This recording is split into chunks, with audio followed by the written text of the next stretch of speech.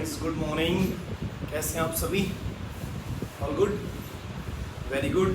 तो आज हम शुरू करते हैं 9th क्लास की ज्योग्राफी का सेकंड चैप्टर जो इंडिया के बारे में है। एक्चुअल में ये इंडिया की ज्योग्राफी के बारे में है। बहुत ही अच्छा और बहुत ही बेहतरीन टॉपिक है ये। लेसन का नाम है फिजिकल फीचर्स ऑफ इंडिया। ठीक है, तो इस लेसन में आपको बहुत सारी नॉलेज होने वाली है। इंडिया की क्या क्या फिजिकल स्ट्रक्चर्स हैं, हम डिटेल में उनके बारे में स्टडी करेंगे। हिमालय माउंटेन और इसके अलावा नॉर्दर्न प्लेन ऑफ इंडिया जो कि गंगा, ब्रह्मपुत्र और इंडस रिवर और उसकी ट्रिब्यूटरीज ने बनाया। इसके अलावा आप जानेंगे इसमें इंडिया के प्लाट्यू के बारे में कि इंडिया का प्लाट्यू कितने टाइप का है और वो कैसे फॉर्मेशन हुआ।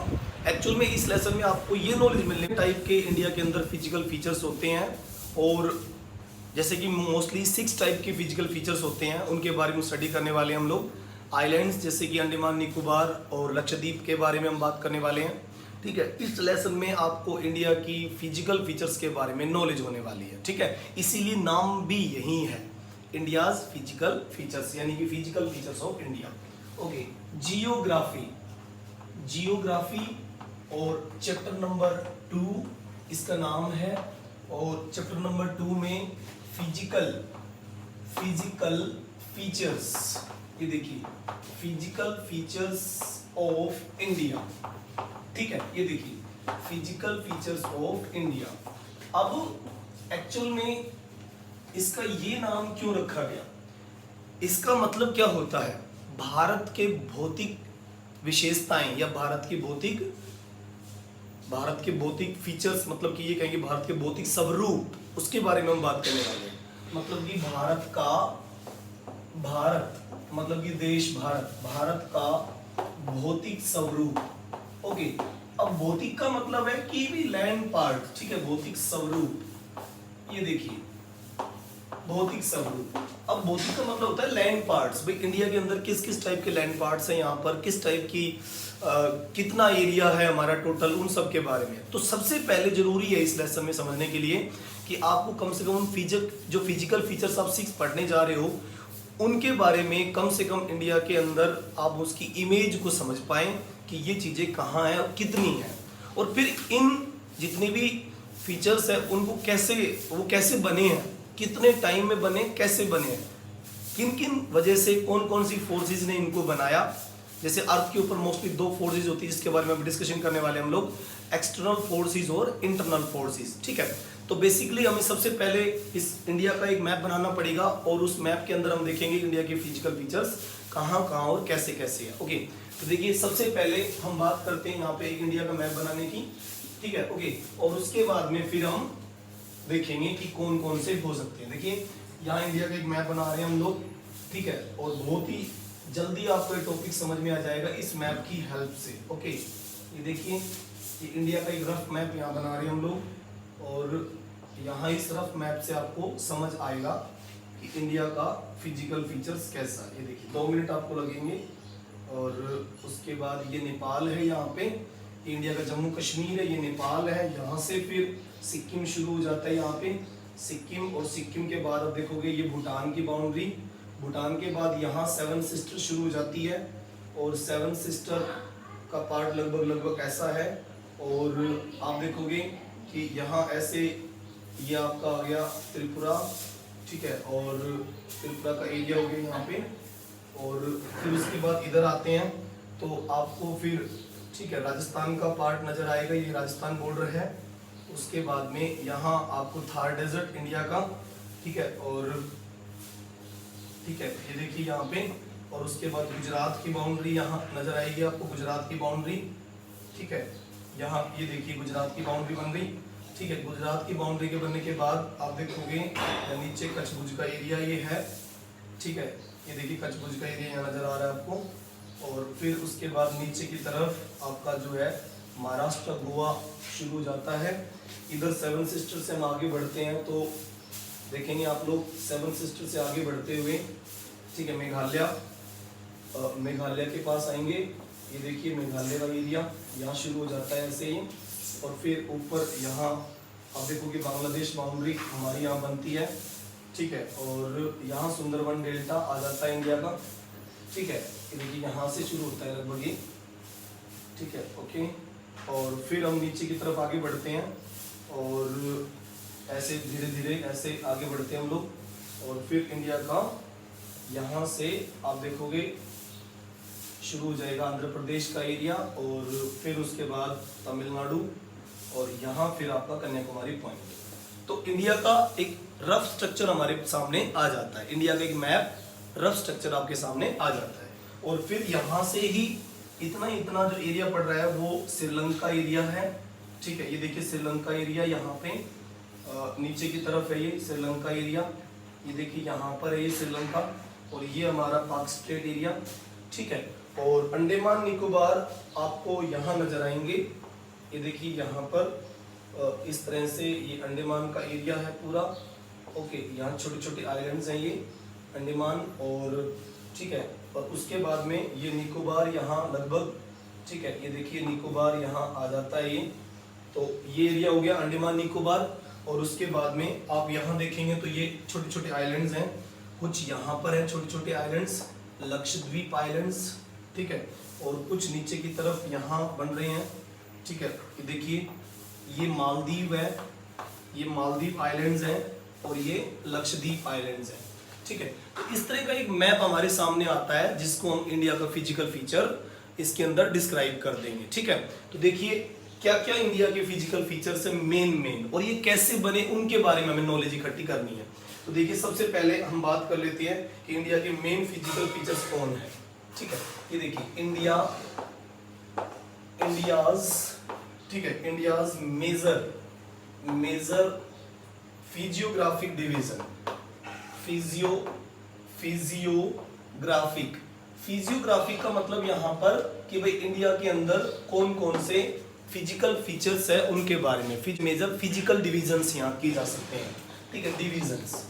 ये देखो पूरे इंडिया को कितने डिवीजन में बांटा जा सकता है, हम उनके बारे में यहाँ डिस्कशन कर रहे हैं। ये देखिए तो इंडिया को 6 पार्ट में डिवाइड किया जा सकता है, पूरा इंडिया।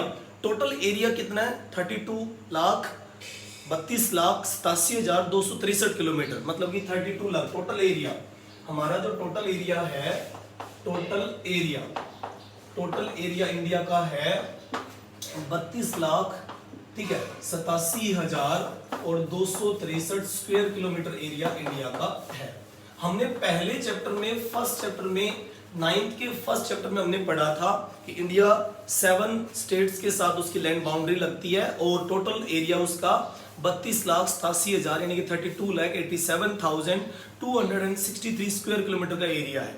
शॉर्टकट में हमने पिछली बार ये भी देखा था कि ये 3.28 मिलियन स्क्वायर किलोमीटर एरिया था, मिलियन स्क्वायर किलोमीटर ये एरिया था, ये हमने देखा था पिछली बार। और पूरी अर्थ पे इंडिया का जो ये पार्ट है वो 2.42% था, ये हमने पिछली बार स्टडी किया था, कितना था 2.42%, ओके, अर्थ के ऊपर पार्ट, ठीक है। ये तो टोटल एरिया हो गया, ओके, और अर्थ के ये इसका शॉर्टकट में, और ये आ गया अर्थ के ऊपर जिसका पार्ट था 2.42% पूरी अर्थ पे, ऑन अर्थ, ये देखिए अर्थ के ऊपर ये इतना पार्ट है।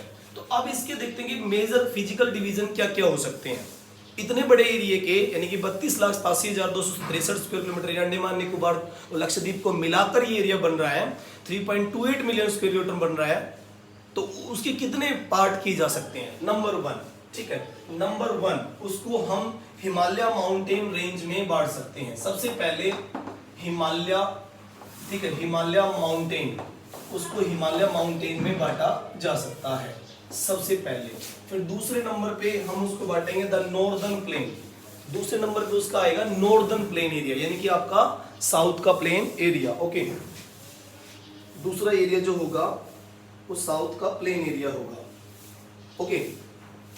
नॉर्थ का plain area, the northern plain, the northern, ठीक है, नॉर्दर्न प्लेन, ठीक है, द नॉर्दर्न प्लेन्स, ओके। ये देखिए नॉर्दर्न प्लेन मतलब ये उत्तर का मैदान, पहला भारत का हिमालय माउंटेन, दूसरा भारत का उत्तरी मैदान, ठीक है। उसके बाद तीसरे नंबर पे आता है, जो थर्ड नंबर पे इसका डिवीजन कर सकते हैं, the peninsular India, the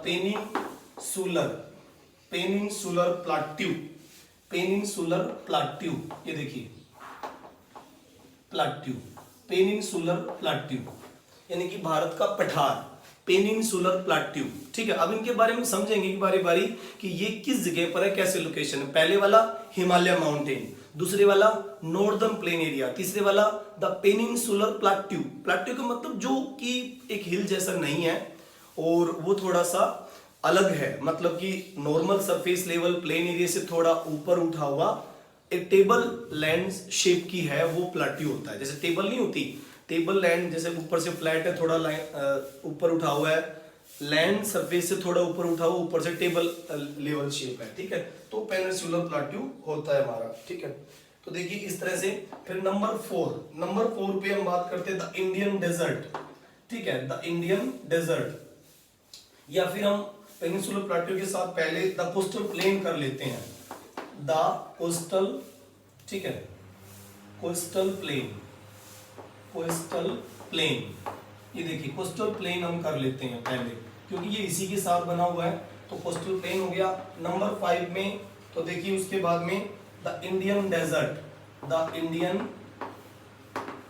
desert, desert मतलब मरुस्थल, भारत का मरुस्थल। ठीक है, जिसको हम थार डेजर्ट भी हम कहते हैं। ठीक है, और नंबर 6 इंडियन डेजर्ट मतलब थार का मरुस्थल, और नंबर 6 पे इसका फिजिकल डिवीजन बनता है, वो है आपका आइलैंड्स, इंडियन आइलैंड्स। 2 हैं, अंडमान निकोबार और एक लक्षद्वीप। ये नीचे वाला मालदीव है, ये नीचे वाला मालदीव है, वो वाला लक्षद्वीप आइलैंड्स है। ठीक है, ओके। तो देखिए इसमें बात आती है the Indian islands, the Indian islands, Indian islands, islands, ये देखिए। तो इस तरह से पूरे इंडिया को 6 मेन पार्ट में बांटा गया है। अब समझना ये है कि ये इंडिया पे कहाँ है ना, कि भाई इतने सारे हिमालय माउंटेन है तो वो कहाँ है, उसकी लोकेशन हमें दो। उसके बाद में नॉर्दर्न प्लेन है तो वो कहाँ है, पेनिनसुलर प्लेट्यू है तो वो कितना और कहाँ है, और अगर कोस्टल प्लेन की बात करें तो वो कहाँ है, और इंडियन डेजर्ट कौन सा है।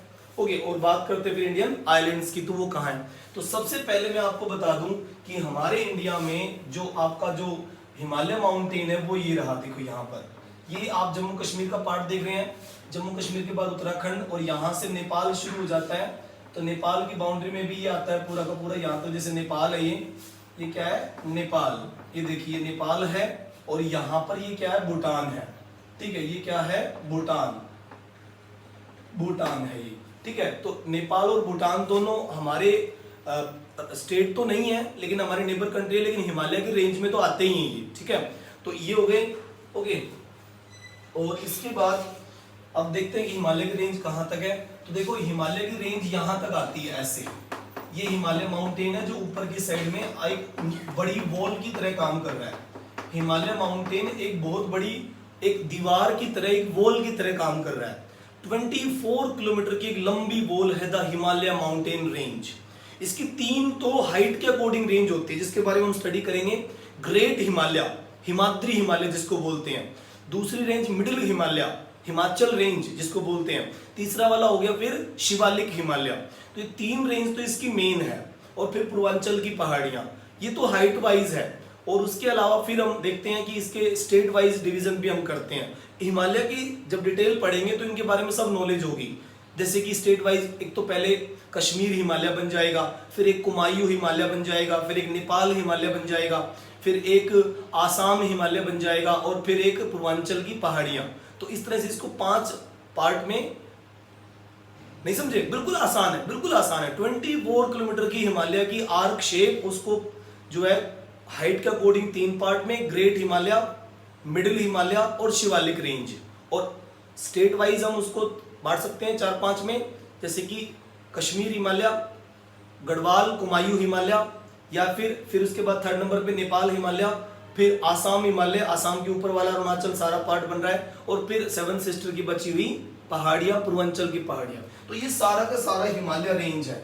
ये देखो नेपाल में भी इसकी रेंज बनती है ऐसे, और नेपाल की रेंज होते हुए फिर सिक्किम में चला जाएगा ये, और यहाँ तक का पूरा।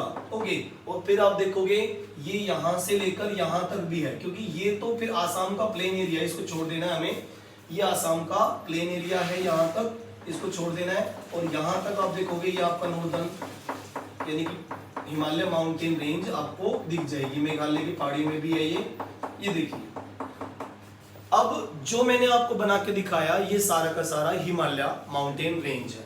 तो फर्स्ट फीचर इसको कहेंगे नंबर 1 हिमालय,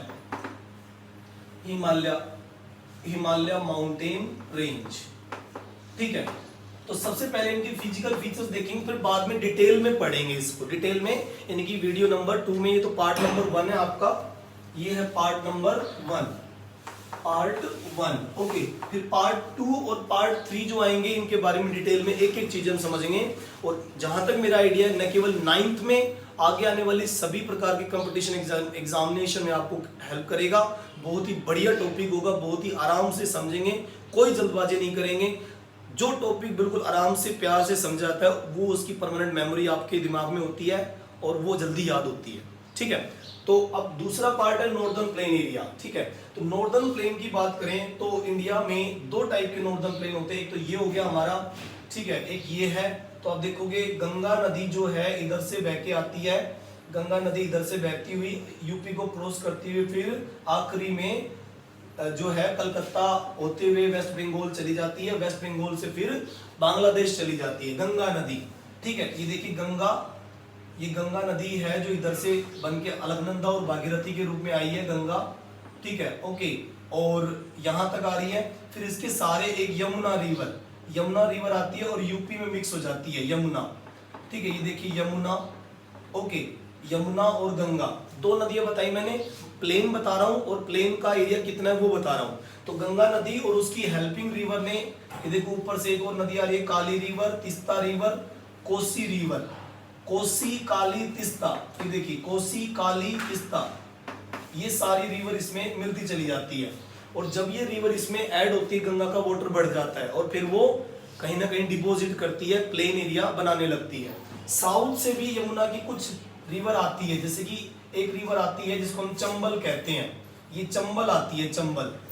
ठीक है, चंबल, तो चंबल आती है और चंबल के साथ सोन, केन, ये सब इसमें मिल जाती है। तो कुछ इतना एरिया जो है गंगा के कंट्रोल में आता है, कुछ इतना एरिया गंगा और उसकी ट्रिब्यूटरी बनाती है, इसलिए ये वाला एरिया गंगा प्लेन कहलाता है। देखो कहां तक है, आप देखोगे यहां तक का सारा एरिया गंगा ने बनाया, तो ये गंगा का प्लेन एरिया। यहाँ तक आप देखोगे ये वाला फिर प्लाटू एरिया बन जाता है पूरा, ये प्लाटू एरिया है यहाँ तक। ठीक है, और ये प्लेन एरिया यहाँ तक। तो आप जो देख रहे हैं, मैंने अभी बताया आपको, गंगा ऊपर से बन के आई और गंगा में कोसी, काली, तिस्ता सब ऐड हो गई। नीचे से गंगा की हेल्पिंग रिवर यमुना उसकी हेल्प करने के लिए आगे बढ़ी और गंगा यमुना के साथ ही उसकी चंबल और सोन रिवर आगे बढ़ी। ठीक है, और इन रिवर ने गंगा, कोसी, तिस्ता और यमुना की हेल्पिंग चंबल, केन, सोन, जो कि साउथ के प्लाटू एरिया से आगे बढ़ रही है, उन्होंने यहाँ गंगा का मैदान बनाया, गंगा का plain area, northern plain area. और आप देखोगे गंगा का नॉर्दर्न प्लेन लगभग यहाँ तक ये बन रहा है। ये देखिए, आप देख पा रहे हैं, जहां जहां मैं इसको व्हाइट कर रहा हूं, आराम से वो गंगा का प्लेन एरिया आपको समझ आ रहा है, बिल्कुल आसानी से। ये देखिए यहाँ कोई प्रॉब्लम नहीं है, आप गंगा का प्लेन एरिया यहाँ समझ सकते हो। ये देखिए ये गंगा का नॉर्दर्न प्लेन एरिया फर्स्ट हो गया। ठीक है, तो नॉर्दर्न प्लेन ही हम समझ रहे थे कि नॉर्दर्न प्लेन है का एक्चुअल में, तो ये है गंगा और उसकी ट्रिब्यूटरी का बना हुआ नॉर्दर्न प्लेन, जिसमें UP, Bihar, Jharkhand, West Bengal, UP, Bihar, Jharkhand, West Bengal, ठीक है, और एमपी का कुछ पार्ट यहाँ इंक्लूड हो जाता है। तो ये सारा गंगा का एरिया है। फिर ऊपर की साइड से जहां हमने हिमालय को देखा था, यहीं पर ऊपर की साइड से एक रिवर आ रही होती है मानसरोवर लेक से। उस रिवर का नाम है, जो कि तिब्बत में होती हुई निकलती है, तिब्बत में होती हुई और फिर वो अरुणाचल में एंट्री करती है और फिर आसाम में पहुंच जाती है। इसका नाम है सांगपो रिवर, सांगपो रिवर, और बाद में यही रिवर ब्रह्मपुत्र हो जाती है, ब्रह्मपुत्र। ठीक है, इसको ब्रह्मपुत्र कहते हैं बाद में। तो तो ये ब्रह्मपुत्र फिर यहाँ एंट्री करती है आसाम में। देखो मैं दोबारा बता रहा हूँ, एक तो गंगा और उसकी ट्रिब्यूटरी का प्लेन एरिया हो गया, इसको हम नंबर 1 प्लेन एरिया कह सकते हैं। अगर हम अपनी समझने के हिसाब से देखें तो आप इसको नंबर 1 डाल सकते हो, ये नंबर 1 प्लेन एरिया था, ठीक है, इसको नंबर 1 कह देंगे। और अब जो देख रहे हो आप, सांगपो रिवर तिब्बत से होती हुई और आगे बढ़ रही है, फिर अरुणाचल में एंट्री करके दिहांग दिबांग जो एक लोकल रिवर है वहां की, दिहांग और दिबांग उनके साथ में, कौन सी है ये, ब्रह्मपुत्र के साथ में दिहांग, दिहांग और दिबांग, ये देखिए दिबांग, ये 2 रिवर है वहां पे, दिहांग और दिबांग, उन दिहांग और दिबांग के साथ एंट्री करती है। ब्रह्मपुत्र नदी आसाम में बोला जाएगा, उससे पहले उसे सांगपो दिहांग दिबांग कह रहे हैं, अरुणाचल में एंट्री कर रही है और उसके बाद फिर वो आसाम में आ जाएगी। और आसाम में आके नीचे वैली एरिया में, आसाम के चारों तरफ पहाड़ियां हैं लेकिन नीचे वैली एरिया में वो बहुत ही बड़ा एक रिवरीन आइलैंड भी बनाती है और प्लेन एरिया भी बनाती है। रिवरीन आइलैंड का मतलब रिवर से पूरा घिरा हुआ छोटा छोटा, जो एक छोटा सा आइलैंड टाइप में, जहां आपको बड़े बड़े स्टोन नजर आएंगे, रिवर उनके बीच में से निकलती हुई नजर आएगी, रिवरीन आइलैंड। तो यहाँ पर बनता है फिर आपका दूसरा वाला प्लेन एरिया जिसको हम कहते हैं आसाम का प्लेन एरिया। ये देखिए, ठीक है, ये है नंबर 2 आसाम का प्लेन एरिया। ये आप देख सकते हैं, या बीच में ये सारा बन रहा है आसाम की वैली में, आसाम की घाटी में चारों तरफ खूब चाय की पत्ती होती है और यहाँ पर फिर आसाम के अंदर आपका प्लेन एरिया बनता है। इसको आप नंबर 2 पार्ट दे सकते हो, इसको आप नंबर 2 कह सकते हो आसाम के अंदर, ये नंबर 2 है, ओके, ये नंबर 2 है, ओके। नंबर 1 कौन सा था, गंगा प्लेन एरिया, नंबर 2 कौन सा है, ब्रह्मपुत्र प्लेन एरिया। तो बहुत आसानी से समझ सकते हैं इन चीजों को हम, ठीक है। उसके बाद देखिए, इधर मानसरोवर लेक से ही एक इंडस रिवर बनके उधर पाकिस्तान की तरफ निकल जाती है। ये देखिए इंडस रिवर, इसको कहते हैं हम इंडस, इंडस और उसकी ट्रिब्यूटरी, इंडस और उसकी ट्रिब्यूटरी सतलुज, व्यास, चिनाब, झेलम, रावी, ये 5 उसकी सहायक नदियां जिसको ट्रिब्यूटरी बोलते हैं हम लोग, ठीक है। देखिए इंडस और उसकी ट्रिब्यूटरी रावी, रावी, चिनाब, चिनाब, झेलम, ठीक है, झेलम, झेलम और सतलुज, सतलुज और व्यास, ठीक है, व्यास, ये रिवर है जो यहाँ का प्लेन एरिया बनाती है, ठीक है, यहाँ का प्लेन एरिया बनाती है। पहले ये इंडिया में फ्लो करती थी, लेकिन वाटर डिवाइडर होने से, यानी कि जमीन ऊंची उठने से कैसे बनती है, जब रिवर बार बार मिट्टी जमा करती है तो वो एरिया ऊंचाई पे आ जाता है, बार बार डिपॉजिट करने से वो एरिया ऊंचाई पे आ जाता है और वो वाटर डिवाइडर का काम करता है। तो हरियाणा में अंबाला, हरियाणा का जो एरिया पड़ता है वाटर डिवाइडर का काम कर रहा है, यानी कि अंबाला और कुछ आसपास के एरिया वो वाटर डिवाइडर का काम कर रहे हैं और ये रिवर इसी वजह से उधर मूव कर गई है। ये काफी हजारों साल की बात हो चुकी है कि वो इधर मूव कर गई है, ठीक है। तो इंडस, ये इंडस ऊपर से चल रही है, मैंने आपको बताया इंडस है, और इंडस के साथ में आ रही है रावी, चिनाब, ठीक है, झेलम और सतलुज। सतलुज देखो यहाँ नीचे से बन के आ रही है ऐसे, और ये पाकिस्तान के अंदर मिठानकोट में जाके मिलती हैं। ये 5 रिवर जो इंडस की रिवर है वो मिठानकोट पाकिस्तान में जाके मिलती है इंडस में, और फिर ये आगे बढ़ जाती है, ठीक है। तो यहाँ पर फिर इन्होंने ही ये पूरा एरिया इंडस का रिवर का एरिया बनाया है, इसीलिए इस एरिया को आप इंडिया का इंडस वैली सिविलाइजेशन भी कह सकते हो। आपने 6-7 में खूब बार पढ़ा होगा सिंधु घाटी सभ्यता, इंडस वैली सिविलाइजेशन। तो यही वो एरिया है जो इंडिया का 3rd नंबर प्लेन एरिया बनता है, जिसको हम इंडस वैली प्लेन हम कह सकते हैं। ये देखो 3रा नंबर बनता है, यहाँ पे आप ये गंगा का एरिया या वाटर डिवाइडर से अलग कर सकते हो। ये देखो ये वाटर डिवाइडर से गंगा का एरिया हमने अलग कर दिया और यहाँ पर फिर इंडस का एरिया बन गया। ये देखिए यहाँ से फिर पूरा का पूरा इंडस एरिया ये बन जाता है। ये देखिए, ओके, आप देख सकते हैं, ये आसानी से समझ में आ रहा है आपको। ये राजस्थान तक कवर कर रहा है, उसके बाद ये देखिए थार डेजर्ट यहाँ कवर कर रहा है, ओके, और यहाँ पर फिर गुजरात को कवर कर रहा है ये, ठीक है, और पाकिस्तान तक भी फैला हुआ है। ऐसे नहीं कि पाकिस्तान में इंडस का नहीं है, बिल्कुल है पाकिस्तान में भी, और यहाँ पर ये चीजें जमा हुई हैं पूरी की पूरी, ठीक है। आप देख सकते हो ये पूरा का पूरा आपका प्लेन एरिया नंबर 3 है, इसको प्लेन एरिया नंबर 3 कहेंगे हम, ठीक है। यहाँ पर हम नंबर 3 डाल सकते हैं, यहाँ पर हम इसको नंबर 3 लिख देंगे। ये देखिए, ओके, ये है आपका प्लेन एरिया नंबर 3, ठीक है, ये प्लेन एरिया नंबर 3 हो गया। तो ये हमारा नॉर्दर्न प्लेन है।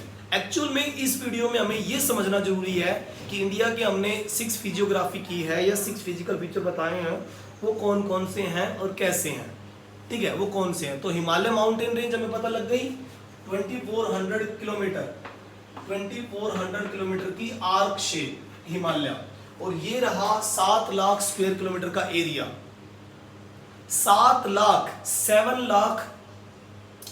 Lakh square kilometre area, plain area, याद रह जाएगा। हिमालय की टोटल लेंथ कितनी 2400 किलोमीटर, और हमारे नॉर्दर्न प्लेन 1 2 3 तीनों part 7 lakh square kilometre area. Okay, फिर उसके बाद नंबर आता है 1 हिमालय हमने कर लिया, नंबर 2 हमने नॉर्दर्न प्लेन कर लिया, फिर आता है पेनिनसुलर प्लेट्यू। पेनिनसुलर प्लेट्यू आप देख रहे हो, ये पेनिनसुलर प्लेट्यू है, 3 ओर से समुद्र से घिरा हुआ है। एक पेनिनसुलर प्लेट्यू का मतलब वो होता है जब कोई पार्ट, ठीक है, पेनिनसुलर प्लेट्यू का मतलब होता है जब कोई पार्ट 3 ओर से समुद्र से घिरा हो। तो देखो इधर की साइड से आप देखोगे अरेबियन सी है, सॉरी ये है बे ऑफ बंगाल, ये है बे ऑफ बंगाल, ठीक है, और इसीलिए इसको पेनिनसुलर प्लेट्यू भी कहेंगे। कोई ऐसा एरिया जो 3 ओर से समुद्र से घिरा हो उसको पेनिनसुलर प्लेट्यू हम कह सकते हैं। हिंदी में उसे प्रायद्वीपीय एरिया कहेंगे, और अगर वो इंडिया का है तो उसे प्रायद्वीपीय भारत कहेंगे, इसीलिए इसका नाम पेनिनसुलर प्लेट्यू इंडिया का एरिया बोला गया है। ओके, तो देखिए ये बे ऑफ बंगाल, इधर अरेबियन सी, इधर क्या है अरेबियन सी है, ये देखिए अरब सागर है, उधर बे ऑफ बंगाल है, और नीचे की तरफ क्या है इंडियन ओशियन। आप देखोगे नीचे की तरफ क्या है इंडियन ओशियन। तो आप बिल्कुल डेफिनेटली समझ सकते हो कि ये आपका जो एरिया है ये पेनिनसुलर प्लेट्यू है। अगर समझ नहीं आ रहा तो बिल्कुल क्लियर दिख रहा है, क्योंकि 3 ओर से समुद्र से घिरा है, एक साइड से बे ऑफ बंगाल ने घेर रखा है, एक साइड से अरेबियन सी ने, और एक साइड से इंडियन ओशियन ने इसको कवर किया हुआ है। ओके, इसीलिए इसको पेनिनसुलर प्लेट्यू भी हम कहते हैं, ठीक है। बहुत ही सिंपल और बहुत ही साधारण सी बात है। ओके, अब बात करते हैं कि ये सारा एरिया है, इसको 2 पार्ट में हम डिवाइड करते हैं। ये है सेंट्रल हाईलैंड, ये देखो कि ये है पूरा का पूरा सेंट्रल हाईलैंड, इसको हम सेंट्रल हाईलैंड कहेंगे, सेंट्रल हाईलैंड। ये देखिए इसको सेंट्रल हाईलैंड कहेंगे, यानी कि हमारा प्लेट्यू एरिया के 2 पार्ट किए जा सकते हैं, सेंट्रल हाईलैंड और डेक्कन प्लेट्यू, इसके 2 पार्ट हो सकते हैं। डेक्कन प्लेट्यू, ये देखिए डेक्कन प्लेट्यू, इसके 2 हिस्से होते हैं। जो हमारा पेनिनसुलर प्लेट्यू उसके 2 पार्ट, सेंट्रल आइलैंड जिसको मालवा भी कहते हैं। ये मालवा एरिया वही एरिया है जहां पर बुंदेलखंड, बघेलखंड की पहाड़ियां हैं, महादेव इस तरह की पहाड़ियां हैं, यहाँ पर मैकाल इस तरह की पहाड़ियां आपको खूब मिल जाएंगी। और साउथ डेक्कन की पहाड़ियों में नीलगिरी, अन्नामलाई, नल्लामलाई, इलायची की पहाड़ियां, ये डेक्कन के प्लेट्यू में बहुत फेमस है।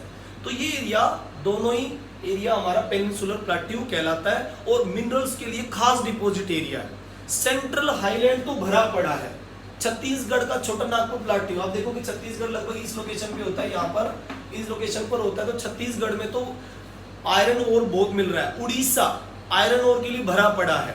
झारखंड कोयले के लिए भरा पड़ा है। झरिया और रानीगंज का जो एरिया पड़ता है कोयले के लिए भरा पड़ा है। और साउथ के डेक्कन में मसाले भरे पड़े हैं। इंडिया के मसाले पूरे वर्ल्ड में फेमस है, आज भी फेमस है, पहले भी फेमस थे, आगे भी फेमस रहेंगे, ठीक है, आगे भी फेमस रहेंगे। तो इस तरह से तो ये सेंट्रल हाईलैंड और ये डेक्कन प्लेट्यू है, बहुत ही आसानी से हम समझ सकते हैं इसको, ठीक है। और फिर उसके बाद में बात आती है कोस्टल प्लेन की। तो देखिए कोस्टल प्लेन में वो नदियां जो ये जो सेंट्रल हाईलैंड है और जो डेक्कन प्लेट्यू है इसके अंदर प्लेन एरिया बनाती हैं। उन रिवर का नाम है, एक तो आती है यहाँ पर महानदी, ये देखिए वो बे ऑफ बंगाल में ड्रेन कर जाती है महानदी, ये देखिए कौन सी है महानदी। और एक आती है फिर गोदावरी, ये देखिए एक गोदावरी आती है, महानदी गोदावरी। मैंने 2 का नाम लिया, एक का नाम लिया महानदी, महानदी, और दूसरे का नाम लिया मैंने गोदावरी, ठीक है। ये देखिए मैं यहाँ नीचे लिख लेता हूँ, एक का नाम है महानदी, महानदी ऊपर वाली सबसे पहले महानदी, फिर उसके बाद में गोदावरी, गोदावरी, ठीक है। फिर उसके बाद में नंबर 3, ठीक, कृष्णा, कृष्णा, और नंबर 4 पे आते कावेरी, कावेरी।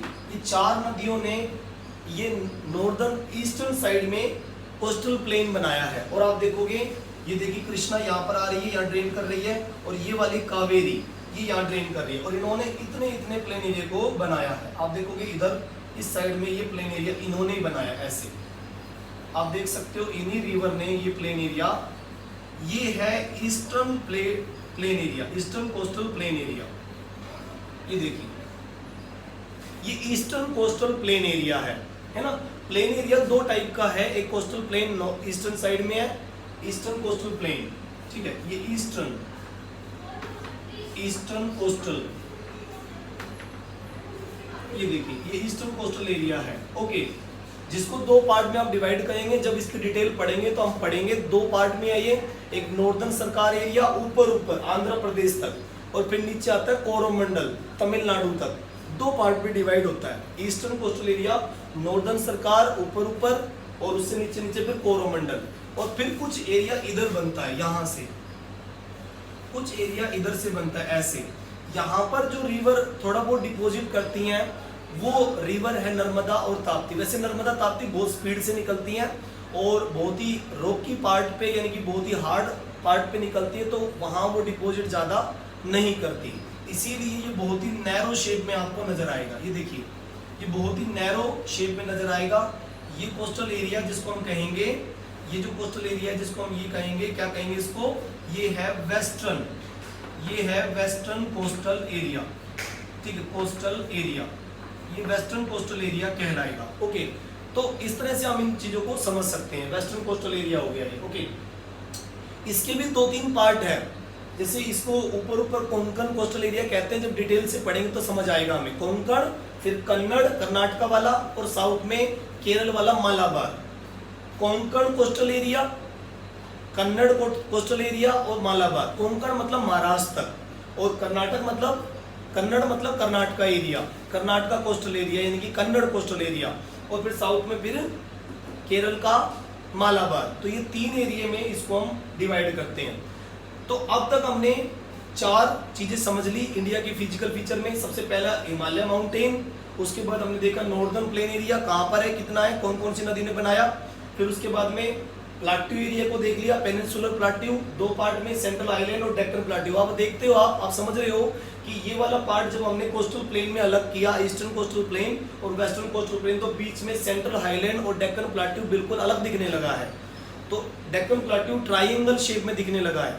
जब आप डेक्कन प्लाट्यू लिखोगे तो डेफिनेटली उसको ट्राइंगल शेप में ही दिखाना, और इसीलिए ये बहुत ही बेहतरीन और बहुत ही बढ़िया डिपॉजिट एरिया है। बहुत सारे मिनरल यहाँ पर आपको मिलेंगे। अब नंबर 5, इंडियन डेजर्ट यानी कि इंडियन डेजर्ट मतलब कि भारतीय मरुस्थल। अब ये कहाँ पर है, ये 3rd नंबर प्लेन एरिया में है। देखो यहाँ पर ये 3rd नंबर प्लेन एरिया में है। आप देख पा रहे हो जहां मैंने इसको साफ किया वो ही आपका थार डेजर्ट है। ये देखिए ये है थार डेजर्ट एरिया, ठीक है। आप देख पा रहे हो यहाँ पर थार डेजर्ट है, बिल्कुल अलग दिख रहा है, ओके। ये थार डेजर्ट है, ये देखिए आप यहाँ पर ये बिल्कुल अलग ही दिख रहा है आपको। ये थार डेजर्ट है, यहाँ पर बहुत बड़े बड़े लंबे लंबे सैंड ड्यून्स मिलेंगे, है ना। यहाँ पर ये थार डेजर्ट है, ये देखिए ये थार डेजर्ट है। इसको हम क्या कहेंगे, इंडियन डेजर्ट। यहाँ लिख देते हैं इसको the Indian desert, Indian desert. ये देखिए डेजर्ट मतलब ये थार डेजर्ट। ये देखिए ये थार डेजर्ट है, ओके। ये थार डेजर्ट है, इसमें कैमल वगैरह बहुत मिलते हैं, कैक्टस के ट्री मिलते हैं। वेजिटेशन कवर बहुत ही कम है क्योंकि डेफिनेटली यहाँ पर बारिश कम होती है, इस वजह से यहाँ प्रॉब्लम ज़्यादा है, ठीक है, इस वजह से प्रॉब्लम ज़्यादा है, ओके। उसके बाद बात आती है थार डेजर्ट के बाद अगली लोकेशन इंडियन आइलैंड्स की। तो ये देखिए ये आपका अंडमान निकोबार है, ये है अंडमान एंड ये नीचे वाला निकोबार, ठीक है, अंडमान एंड निकोबार आइलैंड्स, ठीक है, निकोबार आइलैंड्स। ये देखिए अंडमान एंड निकोबार आइलैंड। अंडमान अलग है, ऊपर की साइड में 10 डिग्री चैनल से ये अलग होते हैं। आप देख रहे हो यहाँ पर बीच में ये पार्ट जो है, जो दो टुकड़ों में इसको ऊपर अंडमान और नीचे निकोबार, ये वाला पॉइंट जो है यहाँ पर 10 डिग्री चैनल है, 10 डिग्री चैनल, चैनल, ये 10 डिग्री चैनल है जिससे ये अलग होता है। 10 डिग्री चैनल से अंडमान निकोबार से अलग होता है। और निकोबार का लास्ट पॉइंट ग्रेट निकोबार, जिसको इंदिरा पॉइंट भी हम कहते हैं। इंदिरा पॉइंट वैसे 2004 में सुनामी आई थी, उस समय डूब गया था, ठीक है, और अभी भी पानी में डूबा हुआ है। अभी वो हमारा लास्ट पॉइंट जरूर है लेकिन पानी में डूबा हुआ है इंदिरा पॉइंट। इंडिया का सबसे ऊपर वाला पॉइंट यहाँ पर इंदिरा कोल पॉइंट बनता है, और सबसे नीचे वाला निकोबार में कार निकोबार जिसको बोलते हैं, वहां पर आपका इंदिरा पॉइंट बनता है। देखो ये इंदिरा कोल है, ये ऊपर वाला पॉइंट यहाँ पर इंदिरा कोल, ये इंदिरा कोल है, इंदिरा कोल, ठीक है, ये इंदिरा कोल है, ठीक है, ओके। और ये वाला जो लास्ट पॉइंट है निकोबार में, यहाँ देख रहे हो आप, यहाँ पर ये इंदिरा पॉइंट है। नीचे वाला इंदिरा पॉइंट है, ऊपर वाला इंदिरा कोल है, ठीक है। उसके बाद देखिए ये वाला है लक्षद्वीप आइलैंड, ठीक है, ये लक्षद्वीप है, ये मालदीव है, ये देखिए ये लक्षद्वीप है, लक्षद्वीप, ये लक्षद्वीप है। कहते हैं कि लक्षद्वीप का नाम लक्षद्वीप 1973 में पड़ा था। जब डिटेल से पढ़ेंगे तो आपको सारी चीज बताऊंगा ये कैसे हो पाया था। लक्षद्वीप का नाम, लक्षद्वीप इंडियन गवर्नमेंट ने यहाँ पर जिसकी कैपिटल कवरत्ती है, उसका नाम 1973 में लक्षद्वीप रखा गया था। उससे पहले इसको अमिनदीव, लोकोदीव और मिनिकॉय आइलैंड कहते थे। 3 आइलैंड थे ये, मिनिकॉय, अमिनदीव और लोकोदीव, और उसके बाद में इसको लक्षद्वीप बना दिया गया 1973 में, जिस समय टाइगर प्रोजेक्ट भी शुरू हुआ था, याद रखना इस चीज को। उसके बाद में ये रहा मालदीव, ये वाला है मालदीव, ये है मालदीव, मालदीव आइलैंड, ठीक है, ये लक्षद्वीप आइलैंड, ये Maldives. Lakshadweep island coral island कहलाते हैं। कोरल, कोरल मतलब कि ये पॉलिप्स, जो ओशन के अंदर पॉलिप्स होते हैं उनसे बने हुए हैं। तो ये इंडिया के आपके पूरे 6 फीचर्स हैं। बहुत आसान है इनकी लोकेशन जानना, कि ये हिमालय रेंज हो गया, ये नॉर्थर्न प्लेन हो गया, ये आपका प्लाट्यू एरिया, सेंट्रल आइलैंड और डेक्कन प्लाट्यू, ये वाला थार डेजर्ट, और ये वाला ईस्टर्न कोस्टल प्लेन, और ये वेस्टर्न कोस्टल प्लेन एरिया, ठीक है। तो इस तरह से हम इंडिया के 6 फिजिकल डिवीजन करते हैं, ठीक है। इसके बाद अब देखिए, इसके बाद नंबर आता है कि भाई इंडिया के अंदर ये सब चीजें बनी कैसे हैं, ठीक है। तो जो भी चीजें यहाँ पर दिखाई दे रही है वो बनी कैसे हैं, उनका बनने का रीजन हमारे पास 2-3 रीजन है। यहाँ पे हम उनको यहाँ डिस्कस कर सकते हैं। ये देखिए, ये जो भी चीजें बनती है अर्थ के ऊपर वो, ठीक है, देखिए factors, factors of modification, factors of modification, ठीक है। अर्थ के ऊपर जो भी चीजें बनती है, मॉडिफिकेशन ऑफ रिलीफ, रिलीफ को बनने के लिए, जो मॉडिफिकेशन करने के लिए, या जो भी चीजें धरातल पर तैयार होती है, उसके कुछ फैक्टर्स है हमारे पास। सबसे पहला फैक्टर होता है एक्सटर्नल फोर्सेस और इंटरनल फोर्सेस, ठीक है। ये 2 फोर्सेस होती हैं जिनकी वजह से किसी भी जगह पर कोई भी चीजें बनती हैं, ठीक है। ये देखिए, तो सबसे पहला फैक्टर हमारे पास आ जाता है यहाँ पर, ठीक है, एक्सटर्नल फोर्सेस, एक्सटर्नल फोर्सेस। ये देखिए एक्सटर्नल फोर्सेस जो कि अर्थ के ऊपर होती है, जो कि वेदरिंग का काम कर रही होती है, वेदरिंग, ठीक है, जिस प्रोसेस में वेदरिंग होती है, और उसके बाद इरोजन होता है, इरोजन होता है, और उसके बाद में डिपोजिशन होता है, डिपोजिशन। ये जो करते हैं वो एजेंट का नाम, जो ये काम करते हैं वो एजेंट्स होते हैं, जैसे कि विंड करती है, इसके अलावा ग्लेशियर वाटर, ग्लेशियर करते हैं, रिवर करती है, और रेनफॉल भी इस तरह का काम आराम से कर देते हैं, जिसकी वजह से इस तरह के फीचर्स बनते हैं, ठीक है। नंबर 2 यहाँ पर जो वर्क करती हैं वो होती हैं इंटरनल फोर्सेस, इंटरनल फोर्सेस, ठीक है, इंटरनल फोर्सेस। ये देखिए इंटरनल फोर्सेस, तो इंटरनल फोर्सेस जो होती हैं, जिसमें हम देखते हैं कि अर्थक्वेक, और जो अर्थक्वेक और इसमें जो आती हैं, जो प्रोसेस करती है वो अर्थक्वेक की वजह से बनते हैं, अर्थक्वेक। और दूसरा इसमें होता है वोल्केनो एक्टिविटी, उसकी वजह से, ठीक है, एक्टिविटीज, उसकी वजह से ये बनता है। ये देखिए, अब इसको समझ लेते हैं, इसका मतलब क्या है। अर्थ के ऊपर या इंडिया के ऊपर जितने भी फिजिकल फीचर बने वो मोस्टली इन दोनों फोर्स की वजह से बने। कोई भी माउंटेन बनता है या प्लेन बनता है या फिर कोई प्लाट्यू बनता है या फिर कोई जो ये कहेंगे कोस्टल प्लेन एरिया बनता है या डेजर्ट एरिया बनता है, वो कहीं ना कहीं एक्सटर्नल फोर्सेस और इंटरनल फोर्सेस से बनता है। ठीक है, अब एक्सटर्नल फोर्सेस में जैसे विंड, ग्लेशियर, रिवर और रेनफॉल, जब ये होता है यानी कि रिवर जब फ्लो करती है बहुत स्पीड से तो काट छाट का काम करती है। रिवर का काट छाट का काम या ग्लेशियर वाटर की वजह से कोई पहाड़ी पे से मिट्टी बह के चल दी या कोई पत्थर के टुकड़े बह के चल दिए तो उसको हम कहते हैं इरोजन का वर्क। ठीक है, ये देखिए इरोजन और वेदरिंग, ये होता है इरोजन और वेदरिंग। ठीक है, यानी कि वेदरिंग का मतलब अपक्षय होना, किसी एक जगह पर चट्टानों का अपने टेम्परेचर की वजह से अप एंड डाउन टेम्परेचर की वजह से टूट जाना, चटक जाना वेदरिंग कहलाती है। अपक्षय, अपर्दन और जमाव, ये तीन शब्द हैं। अपक्षय का मतलब कोई भी चट्टान, वेदरिंग का मतलब वेदर की वजह से, हॉट एंड कोल्ड होने की वजह से चट्टानें फैलती हैं दिन में और रात में सिकुड़ जाती है और फिर अपनी जगह पर टूट जाती हैं और फिर इस टूटे हुए टुकड़े को बाद में रिवर, ग्लेशियर और रेनफॉल या विंड उसे अपने साथ बहाकर या उड़ाने की कोशिश करती है और जब वो उड़ाने में सक्सेसफुल हो जाए, वहां से उस मटेरियल को हटा दिया जाए, रिमूव कर दिया जाए टॉप सरफेस को, तो डेफिनेटली वो इरोजन बन जाता है और फिर ये कहीं ना कहीं उसको डिपॉजिट भी करेगी। जैसे विंड जब स्लो हो जाएगी तो डेफिनेटली उसको डिपॉजिट करेगी और इसी तरह रिवर जब स्लो हो जाएगी तो उसको डिपॉजिट करेगी, ये डिपोजिशन होता है। जैसे प्लेन का बनना, नॉर्दर्न प्लेन एक्सटर्नल फोर्सेस की वजह से ही बना, जैसे ईस्ट कोस्टल प्लेन एरिया जो बने वो भी इसकी वजह से, थार डेजर्ट बने वो भी इसी वजह से बने, एक्सटर्नल फोर्सेस की वजह से।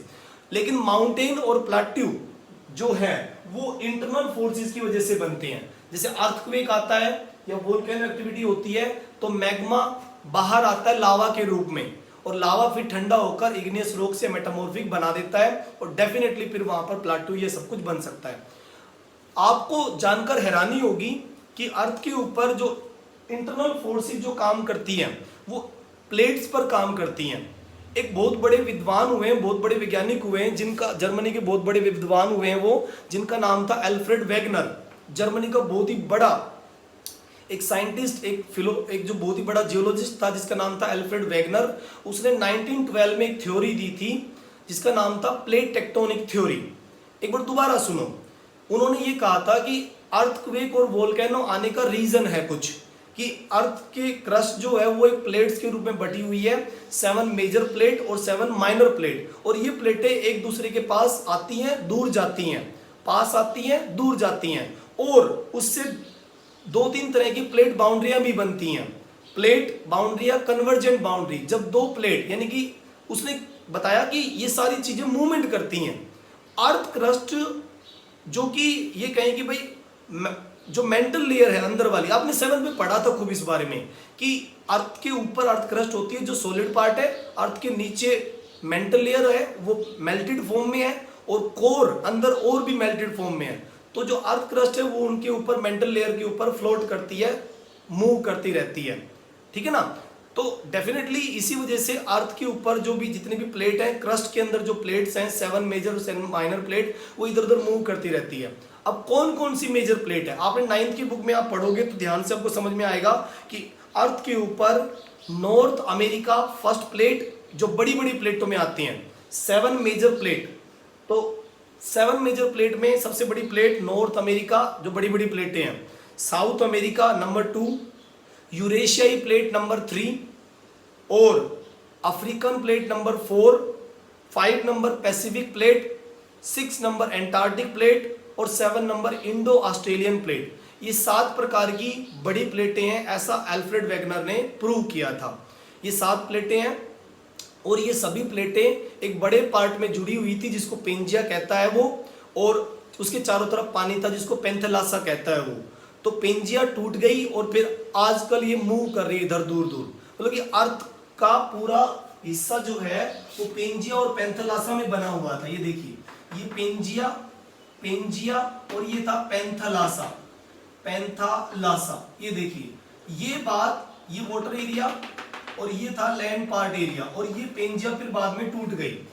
पेंजिया ये वाला और ये पैंथेलासा, ये टूट गई और टूट कर फिर 7 मेजर प्लेट्स में, यानी कि अभी मैंने बताया नॉर्थ अमेरिका, साउथ अमेरिका, यूरेशियाई प्लेट, एशिया और यूरोप की, अफ्रीका प्लेट, और उसके बाद में Pacific plate, Antarctic plate, Pacific ocean plate और एंटार्क्टिक प्लेट, और लास्ट में इंडो ऑस्ट्रेलियन यानी कि इंडिया की और ऑस्ट्रेलिया की प्लेट। ये सारी की सारी आपकी 7 मेजर प्लेट्स है जो कि वैगनर ने बताया, 1912 में बताया। ओके, फिर उसके बाद देखिए उसने छोटी प्लेटें भी बताई कुछ, कि उसने ये कहा कि पेंजिया टूटने के बाद पैंथेलासा का पानी अंदर आ गया और अलग अलग ओशन और अलग अलग पैसिफिक ओशन वगैरह सब बनने लगे, और उसके बाद में कुछ छोटी प्लेटें भी टूटी, जैसे कि पहली प्लेट कैरेबियन प्लेट, जो साउथ अमेरिका नॉर्थ अमेरिका के बीच में कैरेबियन आइलैंड, बहुत ही फेमस आइलैंड कहलाता है।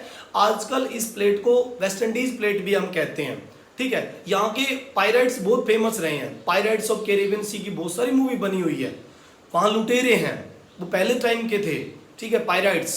उसके बाद दूसरी वाली प्लेट कोकोस प्लेट, पहली प्लेट माइनर प्लेट, छोटी प्लेट कैरेबियन प्लेट, दूसरी वाली कोकोस प्लेट, तीसरी वाली जुआन डे फूका, जुआन डे फूका नॉर्थ अमेरिका के पास है, और ये जो कोकोस प्लेट है ये सेंट्रल अमेरिका के पास है। कैरेबियन आइलैंड वाली प्लेट नॉर्थ अमेरिका और साउथ अमेरिका के बीच में है।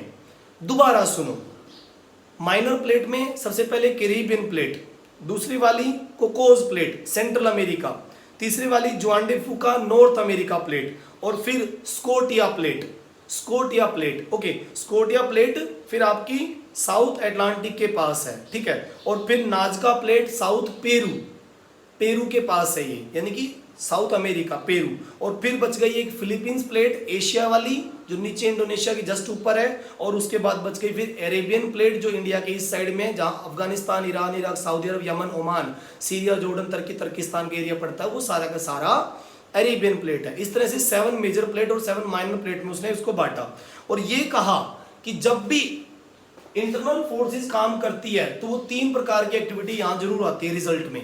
एक आती है फोल्डिंग, जिससे माउंटेन बनते हैं, रिजल्ट नंबर 2 फाल्टिंग, जिससे ओशन फ्लोर बढ़ जाते हैं, ओशन फ्लोर इंक्रीज हो जाते हैं, क्योंकि जब 2 प्लेट टूटती हैं दूर दूर होती हैं तो गैप बनता है और फिर ओशन बढ़ते चले जाते हैं। और तीसरा वाला वोल्केनिक एक्टिविटी, जिससे माउंटेन बनते हैं। तो इस प्रकार से आप देखोगे 3 टाइप के रिजल्ट भी इससे होते हैं, और कहीं ना कहीं इंडिया के अंदर भी इस तरह की चीजें हुई है। जब माउंटेन बने तो 2 पावरफुल प्लेटें एक दूसरे के नजदीक आई और फोल्डिंग करने लगी। ये कन्वर्जेंट प्लेट थी, ठीक है, ये क्या थी, कन्वर्जेंट, एक दूसरे के ऊपर टकरा रही है, कन्वर्जेंट प्लेट बन रही है, ठीक है, और फोल्डिंग हो रहा है, हिमालय माउंटेन बना। एक होता है डिवर्जेंट प्लेट, टूट कर दूर दूर चली जाती है plates. 7 major plate, minor plate upper में टूट के दूर चली जाएंगी तो डाइवर्जेंट हो जाएगा, इससे ओशन सरफेस बढ़ जाएगा। Arabian Sea, Bay of Bengal या इंडियन ओशन का जो एरिया बढ़ा, कहीं ना कहीं यही रीजन रहा। Okay, divergent plate boundaries. और तीसरा होता है ट्रांसफॉर्म, एक प्लेट एक दूसरे के सारे खिसकती है। जब भी डिवर्जेंट होगा, जब भी कन्वर्जेंट होगा, कन्वर्जेंट मतलब 2 पावरफुल प्लेट आपस में टकराएंगी, 2 पावरफुल प्लेट आपस में टकराएंगी, टकराव होगा और माउंटेन बनेंगे, इसको बोलते हैं कन्वर्जेंट। 2 प्लेटें एक दूसरे से टूटकर दूर चली जाएंगी, डाइवर्जेंट। और तीसरा वाला ट्रांसफॉर्म। तो जब भी एक्टिविटी होती है तो कोई ना कोई फिजिकल फीचर बनते ही हैं, चाहे वो इंडिया हो चाहे कहीं पर भी हो, वो बनते हैं, ठीक है। तो इस लेसन में हमने अभी 1 पार्ट में हमने समझ लिया कि इंडिया के फिजिकल फीचर्स किस किस जगह पर है, 6 फिजिकल फीचर्स हैं, और कहीं ना कहीं सबके बनने के पीछे रीजन एक्सटर्नल फोर्सेस और इंटरनल फोर्सेस है। एक्सटर्नल फोर्सेस जो कि वेदरिंग, इरोजन, डिपोजिशन का काम करती है, ग्लेशियर, रिवर, रेनफॉल, ये सब एक्सटर्नल फोर्सेस कहलाती हैं। और इंटरनल फोर्सेस जो कि माउंटेन वगैरह बनाने का, प्लाट्यू बनाने का काम करते हैं, अर्थक्वेक या वोल्केनो एक्टिविटी से होती है। और फिर हमने 7 मेजर प्लेट और 7 माइनर प्लेट भी पढ़ी, जो कि अल्फ्रेड वेगनर ने आइडिया दिया था। प्लेट टेक्टोनिक थ्योरी 1912, याद रखना, जर्मनी का बहुत ही बड़ा विद्वान अल्फ्रेड वेगनर 1912 में प्लेट टेक्टोनिक थ्योरी देता है, और ये समझाता है कि सारी प्लेट्स पेंजिया के रूप में इकट्ठी थी और सारा वाटर पैंथेलासा के रूप में इकट्ठा था, और फिर वो टूटकर बिखर गया, दूर दूर चला गया। और आज अमेरिका, ऑस्ट्रेलिया, इंडिया जो भी आप देख रहे हो, वो प्लेट मूवमेंट का ही नतीजा है। और जब भी प्लेट मूवमेंट होती है तो डेफिनेटली अर्थक्वेक और वोल्केनो आते ही हैं, और जब भी अर्थक्वेक वोल्केनो आते हैं तो या तो कन्वर्जेंट होगा या डाइवर्जेंट होगा, या ट्रांसफॉर्म बाउंड्री बनेगी। कन्वर्जेंट हुआ तो फोल्डिंग होगा, मतलब कि माउंटेन बनेंगे।